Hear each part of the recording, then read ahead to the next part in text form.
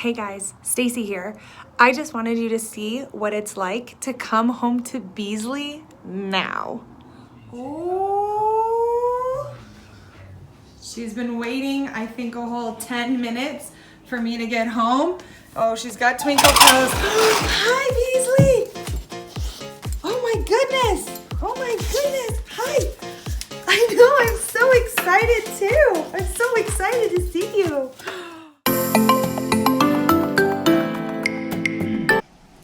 So while Beasley is no longer that 13-pound puppy that we brought home 2 years ago, and she is now this 67-pound beast, one thing that has not changed is she is still the greatest thing ever to come home to.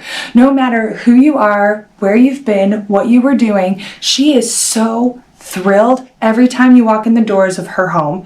And she doesn't matter, you might be a new person and she does not care. She believes you are there to be her best friend and you are there to be loved and have someone be incredibly excited about you. And it's an amazing thing to come home to every single day.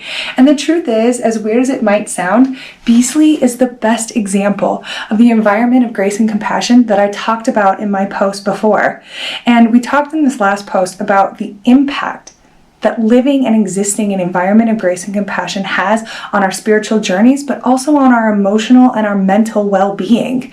And so during this time of strange social restrictions, not being able to be with our friends and be at school or be at work, I hope that you guys have been able to find communities and environments that uplift you and that encourage you with grace and compassion during this time. If you haven't, or if you're still searching for a place like that, follow us on Facebook. Follow us here at Cassis Church, the high school ministry, on Instagram. Follow us right here at our channel, because we are still trying to be that environment of grace and compassion, that community of people who accept you, no matter who you are, no matter where you've been, no matter what you've done, exactly as you show up, even when we have to be that community in a virtual setting. So I'm glad that you found this channel.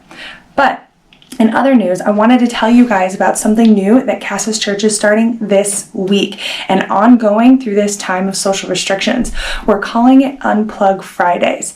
And we here at Cassis Church are going to accept the challenge of unplugging from our social media every single Friday. So what that's going to look like for us is not posting any new content on Fridays and intentionally stepping away from our screens and our need to keep checking our social media. But we're asking that you, as part of our Cassis community, join us in this challenge.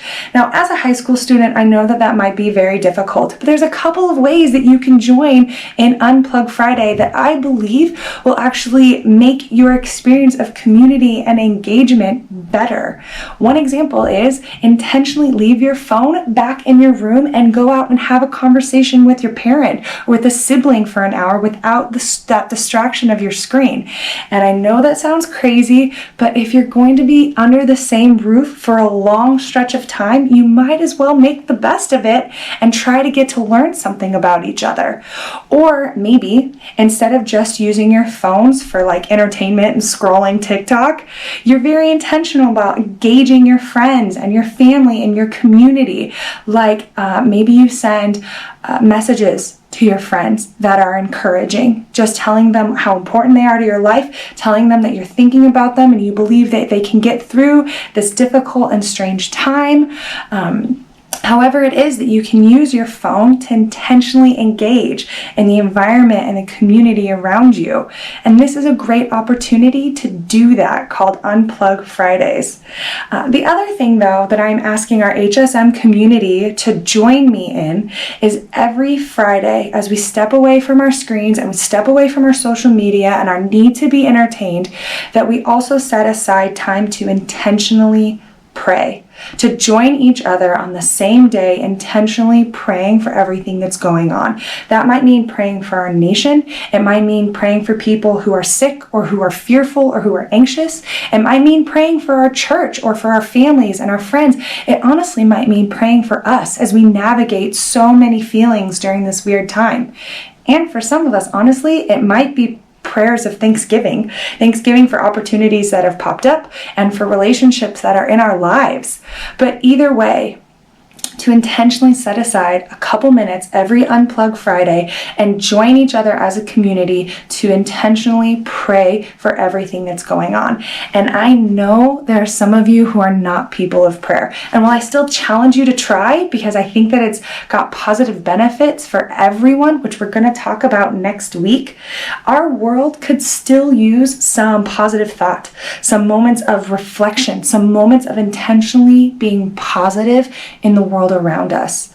So this Friday and every Friday during these social restrictions, I hope that you will join me for UnPlug Friday, intentionally setting aside our phones, setting aside our screen time to engage in the community that's around us so that we may better participate in environments of grace and compassion. And intentionally setting aside time every single Friday to pray for the situation that we're in right now, to pray for our relationships, to pray for our nation, and everything that we're facing right now. Thank you for watching and for joining our channel, and I hope that you know you are missed and you are loved.